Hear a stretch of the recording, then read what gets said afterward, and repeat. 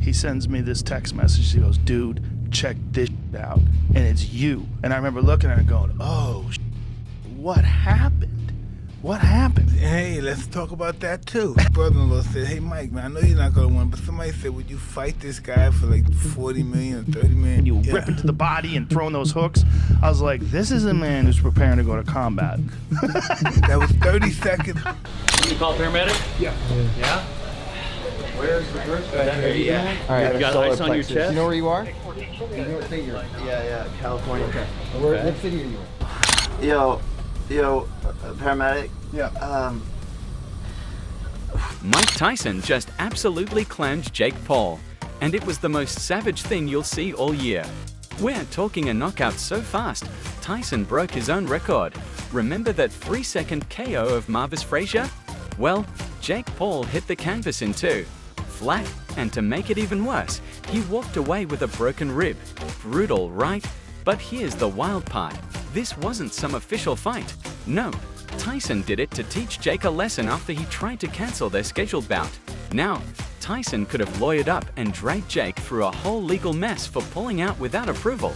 But let's be real, Iron Mike doesn't waste his time on a loudmouth YouTuber turned boxer. He knew Jake was a one-punch-and-done type, so why blow money on a full-blown fight and an arena audience for what was gonna be a 2-second joke? If you've been anywhere near the internet since May 2024, you probably caught the drama between Mike Tyson and Jake Paul.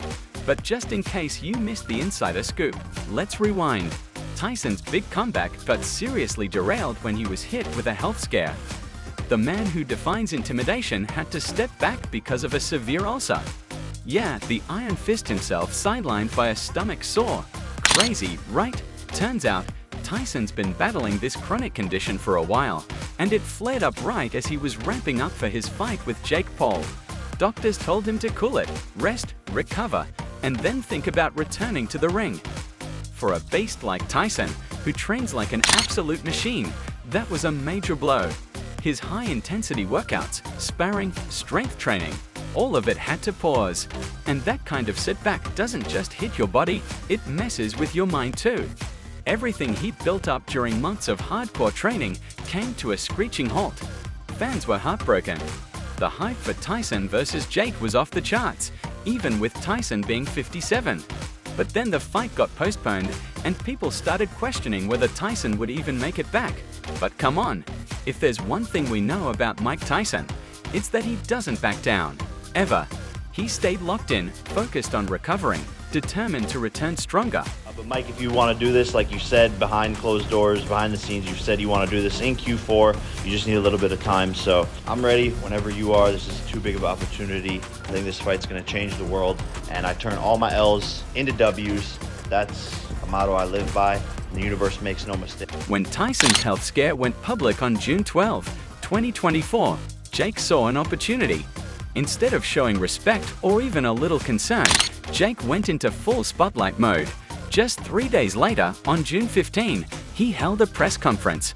And instead of saying, "Hope Tyson gets better," Jake dropped this gem. But this wasn't just Jake Paul trying to keep his name in the headlines. He was playing chess, not checkers.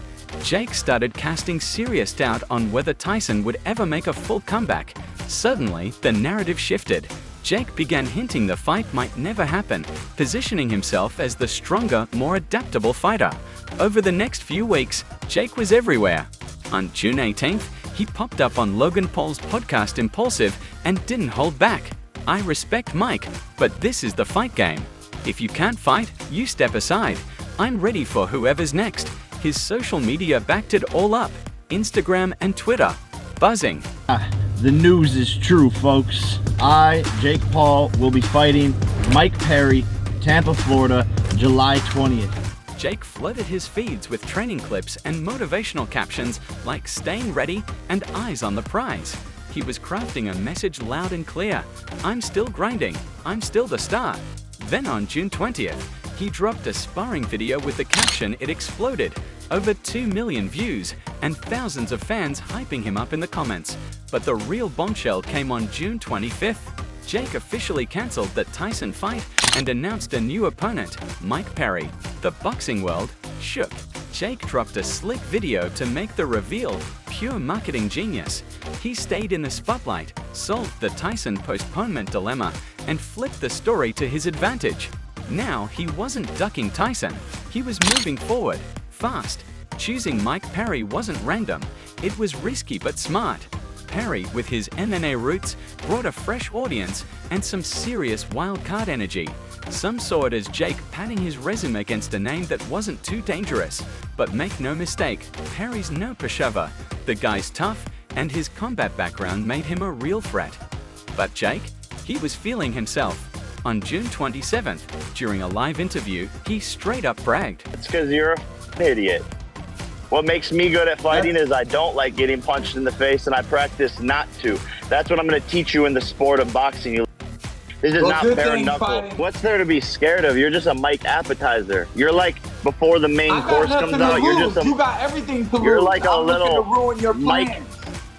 A little Mike mozzarella stick, just get you right before the main course. Mike Tyson, November 15th. But July 20th, I'm gonna show you who your dad is. That's.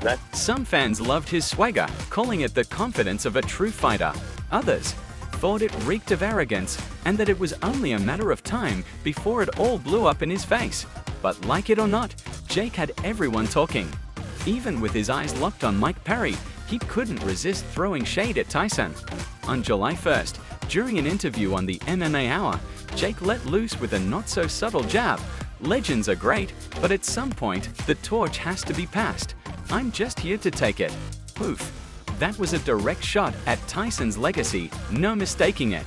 Jake was positioning himself as the new king of the ring, trying to paint Iron Mike as old news. Meanwhile, his marketing team was firing on all cylinders. From late-night talk shows to major sports networks, Jake Paul was everywhere. The narrative? Young, relentless, unshakable. The guy who keeps pushing forward while Tyson sits on the sidelines. But here's the thing, Jake might be underestimating his new opponent. Big time. Sure, Mike Perry isn't Mike Tyson, but anyone who knows combat sports knows Platinum Perry comes with serious heat. This dude built his name in MMA by bulldozing through fighters like Paul Felder and Alex Oliveira. Perry isn't just another name on a fight card. He's a wrecking ball with fists, his style. Relentless forward pressure, brutal strikes, and zero hesitation. Picture a bulldozer in boxing gloves. That's Perry. He can take a hit, dish out twice as much, and never backs down. That combo of brawling grit and real boxing skills? It's deadly. Add his wild, sometimes unhinged personality outside the cage, and you've got a guy who brings chaos wherever he goes, and fans love it. So when Jake Paul cancelled the Tyson fight and called out Perry instead, bold, real bold, Jake made the announcement official on June 25th, 2024. And it sent shockwaves through both the boxing and MMA worlds. Some called it a calculated risk, others saw it as a desperate attempt to keep the hype alive.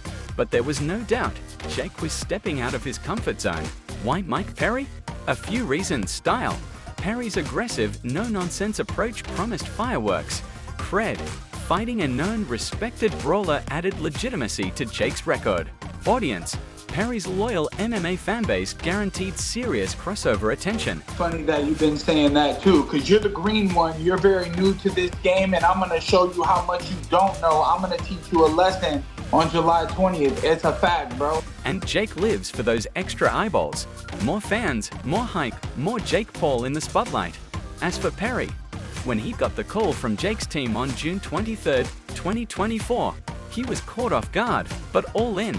In an ESPN interview on June 28th, he said, "I was like, Jake Paul, all right, let's go.